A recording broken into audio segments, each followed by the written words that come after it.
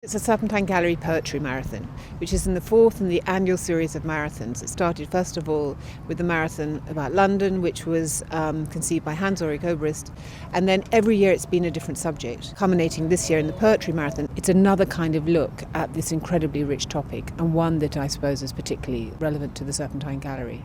There were two young men who were charming as sweets. They turned the heads of all in the streets.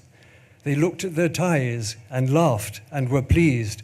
Looking down at their socks, they began to sneeze. We think events and occasions like this are very, very important to an institution because it humanizes the whole activity of the gallery. And it's very good that a lot of different disciplines are involved. It must be remembered that millions of people write poetry, unpublished, millions and millions of people. Probably as many people write poetry as go fishing. And sometimes I look in your eyes and I'm filled with an overwhelming And sometimes I look at your penis and I think, Christ, that's big. In this event, this poetry event, an amazing list of really fantastic people, whether they're actors, actual poets, editors, artists, and they're all coming together, and it's about ideas. And so it's not just about the commerce of art, for example, it's actually about the commerce of ideas that are being traded today, and that's a really fantastic thing. I'll have revenge, I'll get all the fish in your eye, my liver's going, gone, give me back my liver, I'm not a liver, I'll have revenge, make it up to you, mister, spare me, what's that? I hear you lose the taste of salmon on your plate, do you, mate? Well, I'll get on it, my soul is in the sky, and now, grapes, I'll die. What delight, what loud exclamations. I am shocked that this is no longer true, but loving the delight you unlocked in me, I did not unlock you. If love had made both of us equally free, it would never have stopped. Ich Geist bit braver, net døsenslyk eder ena eder tonra o after eng baba pumks funna nøp. In the gloom, in the shady living room where we lived and died and laughed and cried, and the pride of our relationship took hold that summer. A spoonful of sugar helps the medicine go down. The medicine go down, the medicine go down. Just a spoonful of sugar helps the medicine go down in the most delightful way. At this point, Mary Poppins opens the windows and there's a set of robins nesting in the trees. One of the robins flies over and they continue singing. Maybe quite an intimidating thing to come to because it is, there's quite a lot of very famous people and a lot of very, do you know what I mean? It kind of, for some people, you might think, oh, it kind of goes over my head. But whether that happens or not, I think it's really important to bring these people together and to have this ongoing thing. And the more it happens, the more people get interested, and the way that it has a chain reaction and it will go on and on. I think the more of events like this and the more people that come, the greater the understanding, I think, of humans, which is, after all, what conversation, what words, what putting stringing words together is all about. I closed my eyes, although I never knew the difference. I stood before a brighter light, at lesser distance, and then a feeling. Almost as if nothing were ever bound to be repeated ever again, as if history had been as masterfully created as the Great Pyramids, and to reconstruct or relive any given moment would have to stem from an understanding of how the pyramids were built from the top down. This is the emerging possibility of writing this way down a thimble of a street with a cake of a view, bushy imported trees, and the pop music given to me by some young person, in fact, the one person I know.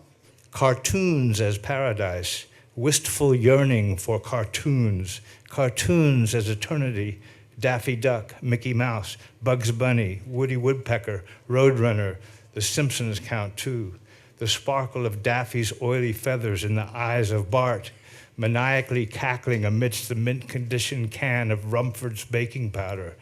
I think this is the first time in at least my memory where you have a great number of poets and a great number of artists coming together and intermingling and using each of their practices as a lens onto the other. It's the madness, all of this. The next day we sat at Dempsey's. We didn't feel like going to the Mars bar somehow. Orgies in August, they drank the Irish amber beer. I saw the morning come. Well, the fantastic thing is that Hans, he has such exquisite taste, and he's gathered incredible amounts of people who really believe in it. And what's fantastic about the whole Poetry Marathon is that we're dealing with people here that who really believe in words, whether they're artists, whether they're filmmakers, whether they're architects, whatever they do. I think they've managed to find some kind of connection with the word, and that's a really fantastic thing. And I tuned to a poem's frequency, met through a sixth sense nerve radar, immediate, while a panicked bird signaled its territorial claim.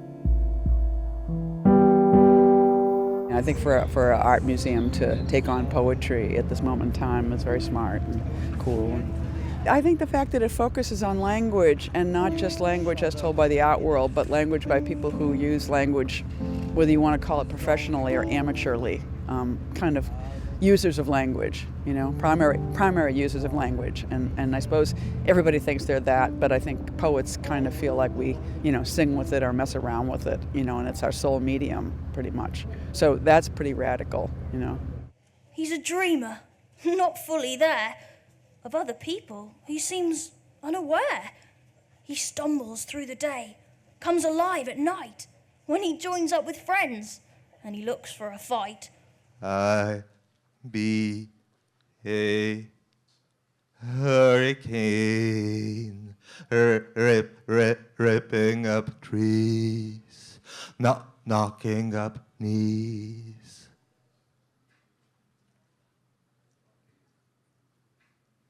I'm woman, and I am free. That amount of people just over the span of a day and a half, really amazing, the diversity of things. What if it was raining?